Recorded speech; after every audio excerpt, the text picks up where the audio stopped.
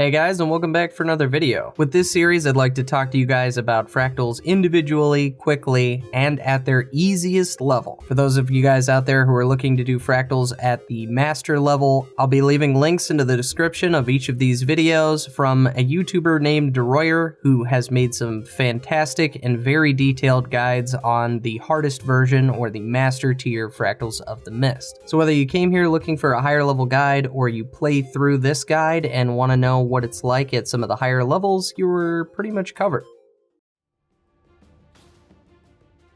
As the name suggests, the Aquatic Fractal will take place completely underwater, and it's because of this that you're going to want to make sure you have some good underwater weapons, and depending on the difficulty level that you're trying this, you may even want to upgrade your aqua breather as well. That being said, at the start of the fractal, once your party is ready, head into the water in the same direction you were facing when you loaded in. After a short while, you'll notice some new markers on your minimap, and each one of these is going to be a group of crates surrounding one NPC villager. You'll just need to take out the surrounding crate, and before moving on to the next one, make sure someone goes over and actually frees the villager. You'll need to do this 3 times before you can move on to the next part of this fractal, and while you do this, you'll most likely get the daily for killing 10 crate. After freeing all 3 villagers and defeating the surrounding crate, you'll notice that there's a new objective a little bit backwards from where you currently are. Backtracking a little bit towards that marker, you should see a small opening, and by heading through this opening, you'll be greeted with one of 2 random paths. If the path to the left is open, you'll be headed to the dolphin path, and if the right path is open, you'll be heading towards the deep path, or what people typically call the dark path. If you happen to get the left dolphin path, you and your party members will be turned into dolphins, and at the same time, your skill bars will be changed as well. Your first skill, called Echo, will reveal a hidden crate, or sometimes some swirly portally water things that will show you the right way to go. By activating your second ability, called Distract, you'll summon a distraction for the crate so that you can better avoid them. Just note that you'll need to use it once in order to summon the distraction, and then press it again to actually distract a crate. Your third ability, called Rush, is just an increase to your speed, and the fourth ability, called Revive Ally, revives and teleports allies to your location. As you make your way through the dolphin path, it's best to try and stay as close as you can to your fellow teammates, if only to be a diversion for some crate so that one player can make it through. Staying together, you'll get the most out of your Revive All if anybody should go down, and with everybody using Echo, you'll have to use it that much less by staying together in a group. Sometimes by activating the Echo ability, you'll also see a swirling water effect, and you'll just want to head towards that whenever you see it because that's an indicator that you're headed the right way. Of course, the goal here is just to make it all the way through, but before we talk about that, let's go ahead and talk about the other path, or the deep path. The deep path, or the path on the right-hand side, will eventually become very dark, and it's here that you'll need to look for some glowing plants. This because anytime you're left alone in the dark, you'll start to take some damage from surrounding piranhas lurking in the darkness. By picking up a luminous plant, you'll have several seconds of light exempt from those piranha, and you'll just need to make your way to the next glowing plant so you can maintain your brightness. If you need a moment to find your bearings, you can easily just stay near one of the glowing plants even after it's been harvested, and the light will protect you for as long as you need. Much like the dolphin path, if you should pick up one of these plants, you will get one new ability called Lifeguard, and this will revive and teleport allies to you. By picking up these plants, you do temporarily remove them for other players, so if you should happen to see someone gather a plant before you have a chance to get to it, you can follow closely with that player to gain the advantages of their light, or you could just wait for another plant to spawn. For the deep path, your best bet is just to follow each plant to the next plant, and eventually it'll guide you out of the room. For either the dolphin or the deep path, you really just need one of your players to make it all the way through, and it's at this point that the remaining players can /GG in order to kind of resign or give up. This will defeat your character, and then you can respawn in the final room.